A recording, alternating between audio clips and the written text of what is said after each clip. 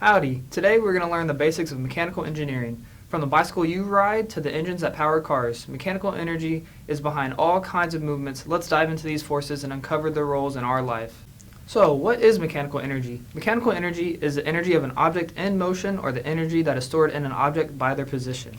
Mechanical energy is essential for explaining the motion and behavior of objects. This helps improve technology and it spans across various scientific fields and is a major factor in our daily experiences. Mechanical energy has two different types of forms. It has kinetic and potential, with kinetic being the energy in motion and potential being stored energy. Both of these types of energy can be expressed in watts. Now let's look at an example. We'll be using this roller coaster here to show the distribution of potential and kinetic energy as the coaster moves through the track. Let's explore the energy distribution at different points along the ride. But first, I would like you to take a moment to think about where the potential and kinetic energy is at the highest points.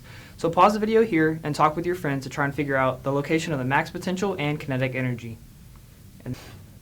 Alright, if you said that position A has the highest potential and position B has the highest kinetic, then you were correct. Now let's explain why this is. So when the coaster is at position A, it has the highest potential, and this is because it is elevated above the ground and gravity can do work on the coaster as it begins to descend. And as it starts to descend, that potential energy is being converted into kinetic energy through what we call the conservation of energy, which means energy cannot be destroyed nor created.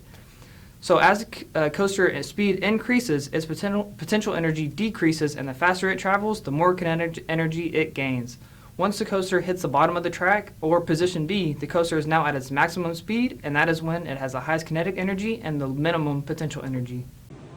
Now let's see how mechanical energy is demonstrated in the exhibit. Riding a bicycle is an excellent way to illustrate mechanical energy.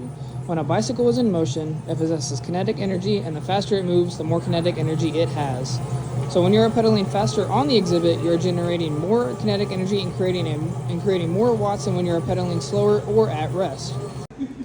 When the bicycle is not in motion, it is experiencing potential energy, specifically gravitational potential energy.